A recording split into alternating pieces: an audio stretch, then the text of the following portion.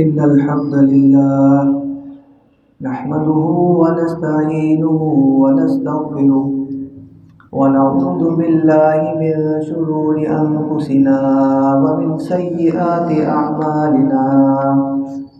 من يهده الله فلا مضل له ومن يضلله فلا هادي له. وأشهد أن لا إله إلا الله وحده لا شريك له وأشهد أن محمدا عبده ورسوله.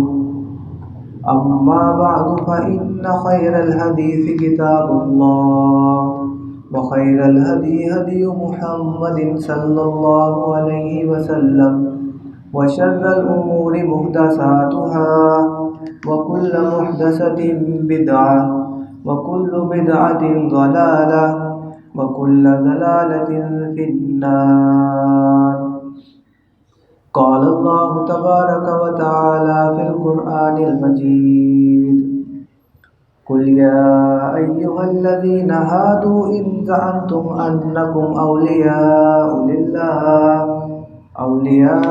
لله من دون الناس فتمنوا الموت إن كنتم صادقين ولا يتمنونه أبدا بما قدمت أيديهم والله عليم بالظالمين.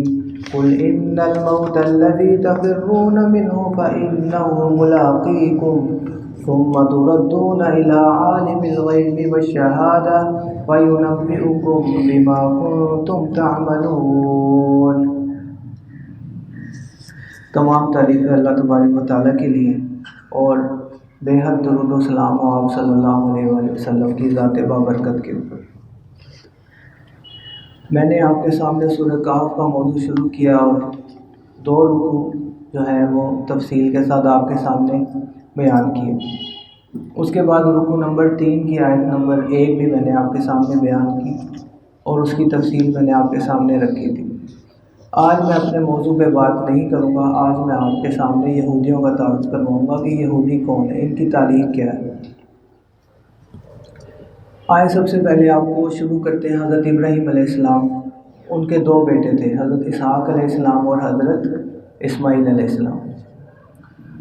آپ کے بیٹے حضرت اسحاق علیہ السلام کے بیٹے حضرت یعقوب علیہ السلام، اور حضرت یعقوب علیہ السلام کا لقب ہی اسرائیل ہے. حضرت یعقوب علیہ السلام کے 12 بیٹے تھے، حضرت یوسف علیہ السلام اور ان کے 11 بھائی. یہ حضرت یعقوب علیہ السلام کے 12 بیٹے تھے. جیسا کہ آپ سورہ یوسف کے اندر اس بات کو جانتے ہی ہیں کہ اللہ تبارک و تعالیٰ نے ان کو مصر کے ملک میں حکومت دی. حضرت یوسف علیہ السلام کو مصر میں اللہ تعالیٰ نے حکومت دی، اور جو ان کو حکومت ملی اس کے بعد جو ہے نا، یہ اور ان کے 11 بھائی، یہ بنی اسرائیل تھے، یہ یہاں پہ آباد ہو گئے مصر کے علاقے کے اندر. پھر آہستہ آہستہ وقت گزرتا چلا گیا، مصر کے اوپر فرعون کا قبضہ ہو گیا. فرعون نے ان کو غلام بنا لیا اپنا، بنی اسرائیل کو. ان پہ فرعون نے بے شمار ظلم کیے، قرآن کے اندر موجود ہیں جو ظلم فرعون نے بنی اسرائیل کے اوپر کیے تھے. بہرحال وقت گزرتا گیا، حضرت موسیٰ علیہ السلام کو اللہ تعالیٰ نے بنی اسرائیل کی طرف بھیجا اور اللہ تعالیٰ نے ان کو فرعون کی قوم سے نجات دی. بنی اسرائیل کو اللہ تبارک و تعالیٰ نے فرعون کی قوم سے نجات دے دی اور یہ دریا کے پار چلے گئے. دریا کے پار جانے کے بعد وہ واقعہ آپ نے قرآن میں جو ہے نا وہ ضرور پڑھا ہوگا کہ انہوں نے بچڑے کو معبود بنا لیا اور اللہ تعالیٰ نے اس کی سزا کے طور پہ ان کو 80,000 لوگوں کو ایک میدان میں جمع کر کے کہا کہ اپنے آپ کو قتل کرو. 80,000 لوگ ایک میدان کے اندر اللہ تعالیٰ نے ان کے قتل کروائے بچڑے کو معبود بنانے کی وجہ سے. یہ بنی اسرائیل ہی تھے جن کے جو ہے 80,000 لوگ قتل ہو گئے تھے. اس کے بعد وقت گزرتا گیا، کچھ جو ہے نا وقت کے بعد جہاد کا حکم ملا ان کو. تو جب جہاد کا وقت آیا تو انہوں نے کہا موسیٰ تو اور تیرا رب جا کے لڑو، ہم تو یہیں بیٹھے ہیں. بہرحال یہ بات کہنے پہ اللہ تعالیٰ نے ان کو بہت بڑی سزا دی. وہ سزا کیا تھی؟ اللہ تعالیٰ نے ان کو ایک صحرا کے اندر سزا کے طور پہ بھیج دیا. صحرائے سینا کے اندر اللہ تعالیٰ نے ان کو بھیج دیا. 40 سال تک یہ صحرائے سینا کے اندر موجود رہے. اور وہ جو قرآن میں آپ آیت پڑھتے ہیں وَإِذِ اسْتَسْقَىٰ مُوسَىٰ لِقَوْمِهِ فَقُلْنَا اضْرِبْ بِعَصَاكَ الْحَجَرَ فَانْفَجَرَتْ مِنْهُ اثْنَتَا عَشَرَةَ عَيْنًا، اس میں سے 12 چشمے نکل آئے۔ جب پتھر کو لاٹھی ماری تو کتنے چشمے نکلے؟ 12 چشمے۔ اب یاد کریں حضرت یعقوب علیہ السلام کے کتنے بیٹے تھے؟ 12۔ تو ان کے قبیلے کتنے بنے؟ 12۔ تو یہ 12 قبیلے ہی تھے جن کے لیے 12 چشمے جاری ہوئے۔ ہر ایک قبیلے نے اپنے اپنے چشمے سے پانی پیا، اور یہ اتنے ایک دوسرے سے جو ہے نا بغض رکھتے تھے کہ ایک دوسرے کے ساتھ پانی پینا بھی ان کو گوارا نہیں تھا۔ اس کے بعد وقت گزرتا گیا، پھر ایک وقت ان کے اوپر آیا، حضرت داؤد علیہ السلام آئے، ان کی طرف مبعوث ہوئے۔ ان سے بھی پہلے انہوں نے جہاد کی جو صحرا کی قوم بڑی ہوئی تھی، جب وہ بچے بڑے ہوئے، جو صحرا میں ہی اللہ تعالیٰ نے ان کو سزا دی تھی۔ اور یہ یاد رکھیں صحرا کے اندر ہی حضرت موسیٰ علیہ السلام کی وفات ہو گئی تھی، اسی صحرائے سینا کے اندر حضرت موسیٰ علیہ السلام کی وفات ہو گئی تھی۔ پھر اس کے بعد جو قوم بڑی ہوئی اس نے جہاد کی اجازت مانگی کہ ہم جو ہے نا صحرا کے اندر بھٹک گئے ہیں، تو اب ہمیں جہاد کی اجازت دی جائے۔ پھر بنی اسرائیل کو جہاد کی اجازت ملی اور طالوت کو ان کا سربراہ مقرر کیا گیا۔ طالوت کی سربراہی کے اندر انہوں نے جو ہے جہاد کیا، اور حضرت داؤد علیہ السلام نے اس وقت جالوت کو قتل کیا۔ قرآن کے اندر موجود ہے وَقَتَلَ دَاوُودُ جالوتا۔ حضرت داؤد علیہ السلام نے جالوت کو قتل کیا۔ اس کے بعد حضرت داؤد علیہ السلام کو اللہ تبارک و تعالیٰ نے نبوت بھی دی۔ حضرت داؤد علیہ السلام کے بعد حضرت سلیمان علیہ السلام کا دور شروع ہوا۔ حضرت سلیمان علیہ السلام کے دور کے اندر بنی اسرائیل نے اپنا عروج دیکھا۔ اب یہ بات تھوڑی سی غور طلب ہے۔ حضرت سلیمان علیہ السلام کے دور کے اندر بنی اسرائیل کا سب سے اچھا دور تھا، سب سے اعلیٰ دور انہوں نے حضرت سلیمان علیہ السلام کے دور کے اندر دیکھا۔ کیوں؟ حضرت سلیمان علیہ السلام نے ایک دعا کی تھی، یا اللہ جیسی حکومت مجھے دینا ویسی کسی کو نہ دینا۔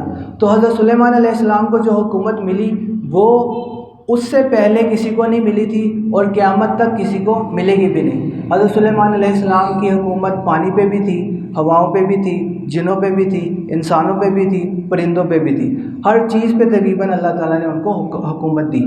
تو انہوں نے اپنا سنہری دور دیکھا بنی اسرائیل نے حضرت سلیمان علیہ السلام کے دور کے اندر۔ پھر حضرت سلیمان علیہ السلام نے اپنا ایک محل تعمیر کیا۔ اب یہ بات بڑی غور طلب ہے، ایک محل آپ نے بنایا تھا حضرت سلیمان علیہ السلام نے، جسے کہتے ہیں ہیکل سلیمانی، اور وہ محل یروشلم کے اندر تھا، یروشلم کے علاقے کے اندر وہ محل تھا جسے ہیکل سلیمانی کہتے ہیں۔ آج ساری لڑائی اسی ہیکل کی ہے۔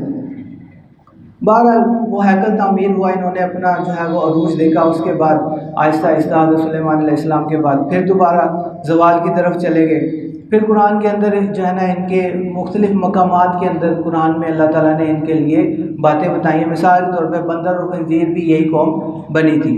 اور اس کے بعد وقت گزرتا گیا، پھر بخت نصر ایک بادشاہ تھا، وہ آیا، اس نے ہیکل سلیمانی کو تباہ کر دیا اور 6 لاکھ یہودیوں کو قتل کیا، اور 6 لاکھ یہودیوں کو قیدی بنا کے اپنے ساتھ لے گیا۔ اس نے ان کو تباہ و برباد کیا، اور ان کا ایک تابوت تھا، ایک صندوق تھا جس کے اندر حضرت موسیٰ علیہ السلام کا عصا بھی موجود تھا اور کچھ اور چیزیں تھیں۔ وہ تابوت اس نے بخت نصر نے ایک بیل کے اوپر رکھا، اور اس بیل کو جو ہے نا بھگا دیا جنگل کی طرف، کہ جو ہے نا ان کے تابوت کو بھی گم کر دیا بخت نصر نے۔ اس کے بعد وقت گزرتا گیا، یہ سارا واقعہ ہوا تھا حضرت عیسیٰ علیہ السلام کی پیدائش سے پہلے۔ پھر حضرت عیسیٰ علیہ السلام کی پیدائش کے بعد ایک رومن بادشاہ تھا، ٹائٹس اس کا نام تھا، اس نے آ کے دوبارہ ان کو تباہ و برباد کیا، اور ایک دن کے اندر اس نے 1,33,000 یہودیوں کو قتل کیا، ٹائٹس رومی نے۔ اس کے بعد آپ صلی اللہ علیہ وسلم کا دور شروع ہوا، اور آپ جانتے ہیں قرآن کے اندر بھی یہ واقعہ موجود ہے کہ بنو نذیر کو جلا وطن کیا گیا۔ یہ 3 قبیلے جو مدینہ کے اندر آ کے آباد ہوئے، بنو نذیر، بنو قینقاع اور بنو قریظہ۔ بنو نذیر کو جلا وطن کیا گیا، اور بنو قریظہ کو پورے کے پورے کو قتل کیا گیا غزوہ خندق کے بعد۔ یہ جو واقعات ہیں یہ قرآن کے اندر موجود ہیں۔ اس کے بعد وقت گزرتا گیا، یہ جو ہے نا اس کے بعد اپنے زوال کے دور کے اندر ہی رہے، اور کچھ وقت گزرنے کے بعد، کافی وقت گزرنے کے بعد جو ہے نا ان کو کوئی بھی ملک اپنے جو ہے نا وہ ملک میں جگہ نہیں دیتا تھا، ہر کوئی ان کو بھگا دیتا تھا، کوئی انہیں اچھا نہیں سمجھتا تھا۔ پھر آہستہ آہستہ وقت گزرتا گیا، ابھی ماضی قریب کے اندر جنگ عظیم دوم ہوئی۔ جنگ عظیم دوم میں ہٹلر جو تھا اس نے یہودیوں کو قتل کیا، بے شمار یہودیوں کو اس نے قتل کیا، اور 60 لاکھ یہودی اس نے زندہ جلا دیے۔ یہودیوں کو ویسے تو اس نے قتل کیا ہی، لیکن اس نے 60 لاکھ یہودیوں کو بھٹیاں بنا کے زندہ اس نے جلا دیا. یہ ہٹلر نے کیا. اس کے بعد جو ہے نا وہ جنگ عظیم دوم کے بعد آپ کو پتہ ہے ہٹلر کو شکست ہوئی اور برطانیہ جیت گیا تھا. تو ان کو چونکہ یہ برطانیہ کے ساتھ تھے ان کو زبردستی یروشلم کے علاقے کے اندر قبضہ کروایا گیا اور پھر جو ہے نا وہ یہاں پہ آ کے یہ آباد ہوئے زبردستی. آئے دیکھیں قرآن ان کے بارے میں مختلف مقامات پہ کیا کہتا ہے. یہودیوں کے بارے میں قرآن ہمیں کیا تعلیم دیتا ہے. پارہ نمبر 6 سورہ المائدہ آیت نمبر 18. اللہ تعالیٰ فرماتے ہیں یہودیوں اور نصارہ نے کہا ہم اللہ کے بیٹے اور چہیتے ہیں. کہہ دیجئے کہ وہ تمہیں عذاب کیوں دیتا ہے؟ اگر تم اللہ کے چہیتے ہو تو تمہیں وہ عذاب کیوں دیتا ہے؟ تمہارے گناہوں کی وجہ سے. بلکہ تم ایک بشر ہو، تم بشر آدمی کو طرح ہو جن کو اللہ تعالیٰ نے پیدا کیا. تمہیں کوئی خصوصیت حاصل نہیں ہے کہ تم جو ہے نا وہ اللہ کے خاص چہیتے ہو جس کی وجہ سے اللہ نے تمہیں بنی اسرائیل کے اندر پیدا کیا ہے. ورنہ تو اللہ تعالیٰ کی مرضی ہے کہ کس کو اللہ تعالیٰ نے کہاں پیدا کرنا ہے. یہ اللہ نے تمہیں کوئی فضیلت نہیں دی اس چیز کے اوپر کہ تم بنی اسرائیل کے اندر پیدا ہوئے. ہاں حضرت ابراہیم علیہ السلام کی دعا کی وجہ سے تمام کے تمام انبیاء حضرت ابراہیم علیہ السلام کی اولاد کے اندر ہی آئے. یہ حضرت ابراہیم علیہ السلام کی دعا تھی جو اللہ تعالیٰ نے قبول کی تھی. اس وجہ سے بنی اسرائیل کے اندر بھی نبی آتے رہے. اس کے بعد پارہ نمبر 28 سورہ الجمعہ آیت نمبر 6 اور 7 میں اللہ تعالیٰ فرماتے ہیں یہودیوں اگر تم گمان کرتے ہو کہ تم اللہ تعالیٰ کے چہیتے ہو تو پھر تم موت کی تمنا کرو. اور وہ کبھی بھی موت کی تمنا نہیں کریں گے کیونکہ جو ان کے ہاتھوں نے آگے بھیجا. اللہ تعالیٰ فرمانے ہیں اگر تم میرے اتنے چہیتے ہو، میرے اتنے خاص ہو تو پھر موت کی تمنا کرو. کیوں دنیا کے جو ہے نا جھنجھٹوں میں پڑے ہو؟ دنیا میں انسان کے ساتھ مختلف لوازمات ہیں جن کو اس نے پورا کرنا ہوتا ہے. تو تم کیوں ان چکروں میں پڑے ہوئے ہو؟ موت کی تمنا کرو، مرو اور سیدھے جنت میں جاؤ. تم کیوں جو ہے نا دنیا کے چکروں میں پڑے ہوئے ہو؟ لیکن اللہ تعالیٰ آگے خود جواب دیتے ہیں یہ کبھی بھی موت کی تمنا نہیں کریں گے. ان میں سے تو ہر کوئی چاہتا ہے کہ اسے 1000 سال حکومت، 1000 سال کی زندگی اس کو مل جائے تاکہ وہ اچھے سے گناہ کر سکے. تو اللہ تعالیٰ نے فرمایا کبھی بھی موت کی تمنا نہیں کریں گے کیونکہ جو کچھ ان کے ہاتھوں نے آگے بھیجا ہے اس وجہ سے یہ کبھی موت کی تمنا نہیں کریں گے. اب جب تک عیسائیوں کے 2 بڑے گروہ ہیں، ایک کیتھولک ہے ایک پروٹیسٹنٹ ہے. جب تک یورپ کے اوپر کیتھولک کی حکومت رہی، ان کا اقتدار رہا، کیتھولک نے کبھی بھی ان کو اپنے ملک میں آباد ہونے نہیں دیا، کبھی بھی ان کو بسنے نہیں دیا. ان کو ہر کوئی اپنے ملک سے نکال دیتا تھا. لیکن اس کے بعد پروٹیسٹنٹ جو ہے ان کا دور آیا، آج انہی کا دور ہے. تو وہ لوگ ان کے ذرا قریبی تھے تو ان کو انہوں نے اپنے ملک میں جگہ بھی دی اور ان کو جو ہے وہ یروشلم کے اندر بسا بھی دیا. لیکن جب ان کو بسا دیا تو جو ہے نا آج ان لوگوں نے ان کے اوپر خود قبضہ کر لیا، ان کی معیشت کے اوپر قبضہ کر لیا، ان کی معاشرت کے اوپر قبضہ کر لیا، ان کی خاندانی زندگی کے اوپر قبضہ کر لیا. ان لوگوں نے ان کے اوپر مکمل ہولڈ حاصل کر لیا. یہاں میں آپ کو چلتے چلتے ایک بات جو ہے نا وہ دہرانا چاہتا ہوں کہ ہم ہر نماز کے اندر ان یہودیوں کو ہم ذکر کرتے ہیں ان کا، لیکن وہ اچھے الفاظ میں نہیں ہوتا. ان یہودیوں کا ذکر برے الفاظ میں ہوتا ہے. ہماری کوئی رکعت مکمل نہیں ہوتی جب تک ہم ان یہودیوں کا ذکر نہ کر لیں، اور ہمارا جنازہ بھی مکمل نہیں ہوتا کسی کا جب تک ہم ان کا ذکر نہ کر لیں. لیکن اچھے الفاظ میں نہیں، برے الفاظ میں. غیر المغضوب علیہم، نہ یا اللہ ان قوم میں شامل نہ کرنا جن پہ تیرا غضب ہو. تو اللہ تعالیٰ سے ہم یہی دعا کرتے ہیں کہ اے اللہ ہمیں اس قوم میں تو شامل نہ کرنا جس پہ تیرا غضب ہوا تھا. تو سب سے پہلے ان کو فرعون نے مارا، پھر 80,000 ایک میدان میں قتل ہوئے، پھر صحرا کی ان کو سزا ملی، پھر حضرت سلیمان علیہ السلام کے زمانے میں انہوں نے اپنا عروج دیکھا، پھر بندر اور خنزیر بھی یہی قوم بنائے گئے. بخت نصر نے ان کو مارا، ٹائٹس رومی نے ان کو مارا، اور پھر اللہ کے نبی نے ان کو جلا وطن بھی کیا اور ان کو قتل بھی کیا. بنو قریظہ کو پورے کے پورے کو اللہ کے نبی نے، جو لڑنے والے تھے ان کو اللہ کے نبی نے قتل کیا، اور وہ اللہ کے حکم سے تھا، اللہ کے نبی کی اپنی مرضی سے نہیں، اللہ کے حکم سے ہی تھا. پھر ہٹلر نے، پھر اس کے بعد ہٹلر کا دور آیا، ہٹلر نے ان کو مار دیا، 60 لاکھ اس نے زندہ جلا دیے اور ویسے بھی بہت قتل کیے. لیکن ہٹلر نے ایک بات کہی تھی اور وہ اس کی بات آج سچ ثابت ہوئی.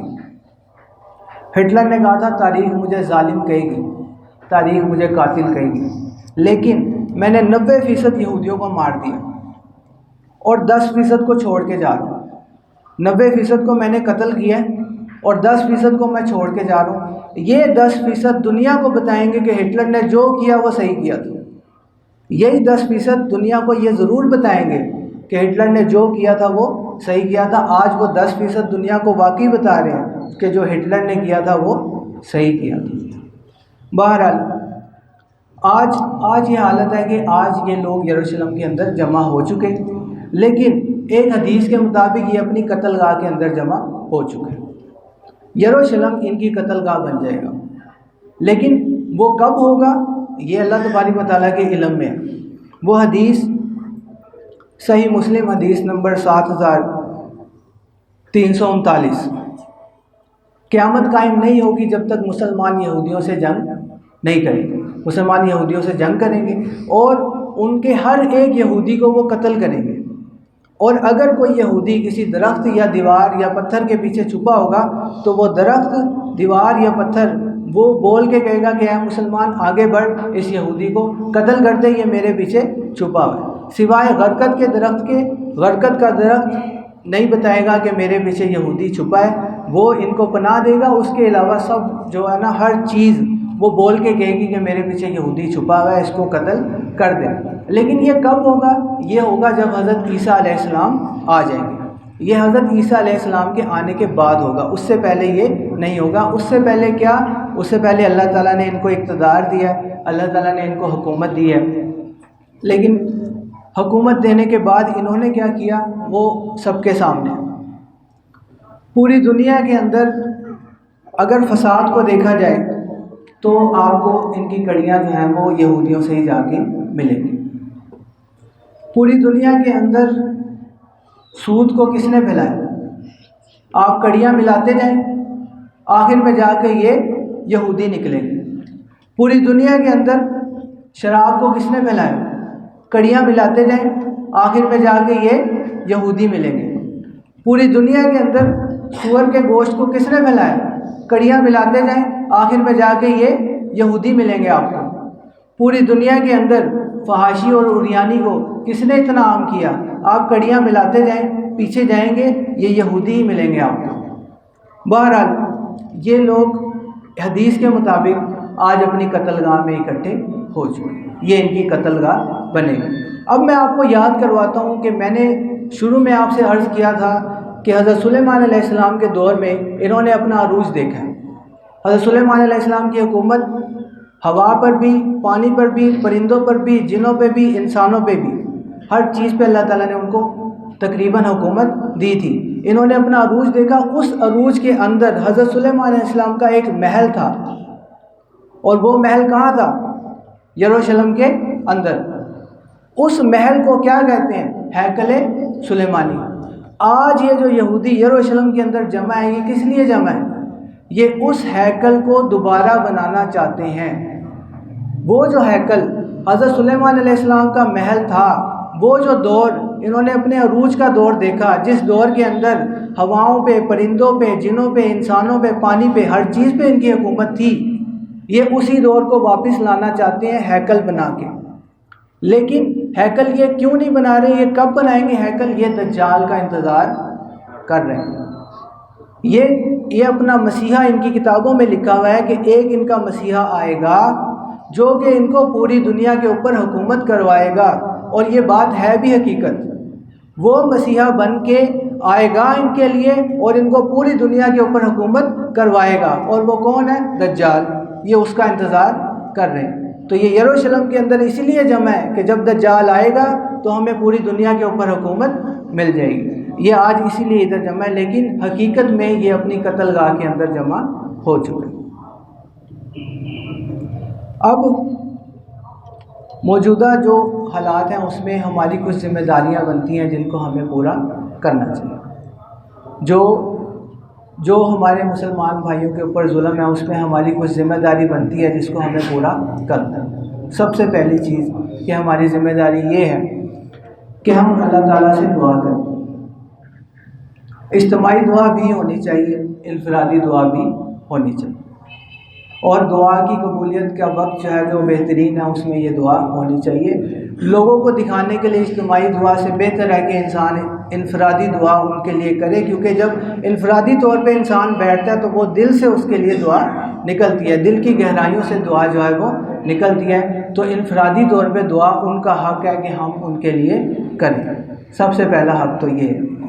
دوسری چیز یہ کہ اگر ہمیں پتہ ہے کہ کوئی امدادی سامان یا امدادی قافلہ جو ہے وہ اس طرف جا رہا ہے، اور ہمیں پتہ ہے یہ تصدیق شدہ ہے، یہ واقعی سامان کو لے کے ادھر جائے گا، تو یہ ہمارے اوپر ذمہ داری ہے کہ ہم اس امدادی سامان میں تعاون کریں، اور جتنا ہو سکے وہ تعاون کر کے وہاں تک امدادی سامان ہم پہنچائیں، اپنی جو ہے ذمہ داری کو پورا کرنے کی کوشش ہم کریں۔ اور تیسری چیز یہ ہے کہ وہ چیزیں جن کا فائدہ یہودیوں کی کمپنیوں کو ہو رہا ہے ہم ان کو استعمال نہ کریں۔ ہمارے روزمرہ ارد گرد کی چیزوں میں بے شمار ایسی چیزیں ہیں جو مجھے بتانے کی ضرورت نہیں ہے، آپ سرچ کریں گے آپ کو خود مل جائیں گی، اور یہ کوئی اتنا مشکل بھی نہیں ہے ڈھونڈنا کہ کون سی ایسی چیزیں ہیں جن کا ڈائریکٹلی فائدہ ان کو ہو رہا ہے۔ تو یہ ہماری ذمہ داری ہے کہ ہم ان چیزوں کو استعمال نہ کریں۔ اگر ہم جو ہے وہ واقعی ان کے لیے کچھ کرنا چاہتے ہیں تو یہ ہمارا کام ہے کہ ہم ان چیزوں کو بالکل استعمال نہ کریں جو چیزیں ڈائریکٹلی ان لوگوں کو فائدہ دے رہی ہیں، جو مسلمانوں کے خلاف وہ مال جو ہے اکٹھا کر کے اس کو مسلمانوں کے خلاف استعمال کر رہے ہیں۔ یہ ہماری ذمہ داری بنتی ہے۔ پھر ہم جو ہے نا جس بھی سطح پہ ہم ہیں، ہم جو ہے نا لوگوں کو زیادہ سے زیادہ اس چیز کا بتائیں کہ بھائی یہ ظلم جو ہے نا وہ وہاں پہ ہو رہا ہے، تاکہ لوگوں کے اندر احتجاج کی جو ہے نا ایک فضا پیدا ہو، تاکہ ہم زیادہ سے زیادہ بائیکاٹ کر سکیں اور دنیا کو یہ پیغام جا سکے کہ بھائی مسلمان جو ہے نا ان کے اندر غیرت موجود ہے۔ اگر ان کے بھائیوں کو قتل کیا جا رہا ہے تو ان کے اندر غیرت ہے، وہ اس چیز کا بائیکاٹ کر سکتے ہیں، آپ کی بنائی ہوئی چیزوں کو وہ استعمال نہیں کریں گے، اس بات کا ثبوت دیں گے کہ ہمارے اندر غیرت ہے۔ اب یہ سارے جو حالات ہیں اس کے اندر جو ہے نا بڑی ظلم اور ستم جو ہے وہ ڈھایا جا رہا ہے، لیکن اس کے اندر میں آپ کو ایک اللہ کے نبی صلی اللہ علیہ وسلم کی ایک جو ہے نا وہ حدیث سناتا ہوں جس سے شاید آپ کے دل کو تسلی ملے۔ غزوہ احد کا موقع ہے، اللہ کے نبی صلی اللہ علیہ وسلم کا چہرہ مبارک زخمی ہے، اور صحابہ کرام رضوان اللہ علیہم اجمعین میدان کے اندر گرے پڑے۔ 70 صحابہ شہید ہوئے غزوہ احد کے اندر، اور اس کے بعد اللہ کے نبی خود بھی زخمی تھے، حضرت ابوبکر صدیق پاس ہیں اور حضرت عمر رضی اللہ تعالیٰ عنہ پاس ہیں، آپ پہاڑ کی ایک محفوظ مقام کے اندر موجود تھے۔ ابو سفیان آیا اور آ کے اس نے کہا، او محمد دیکھو تمہارے ساتھی آج کس حال میں میدان میں پڑے ہیں، کسی کا کان کاٹ دیا، کسی کی ناک کاٹ دی، کسی کا کلیجہ چبا لیا، دیکھو تمہارے ساتھی کس حالت میں میدان میں پڑے ہیں، آج ہم نے حساب برابر کر دیا، تم نے بدر میں ہمارے 70 مارے تھے، ہم نے احد میں تمہارے 70 مار دیے، حساب برابر ہو گیا، دیکھو ہم نے تمہارا کیا حال کیا۔ اللہ کے نبی نے فرمایا، عمر اس کو جواب دو، حساب برابر نہیں ہوا، تمہارے 70 کہاں گئے ہیں؟ جہنم میں، اور ہمارے 70 کہاں گئے ہیں؟ جنت میں، حساب برابر نہیں ہوا۔ اس کے بعد آپ کے سامنے میں صحیح بخاری کی ایک حدیث رکھنا چاہتا ہوں۔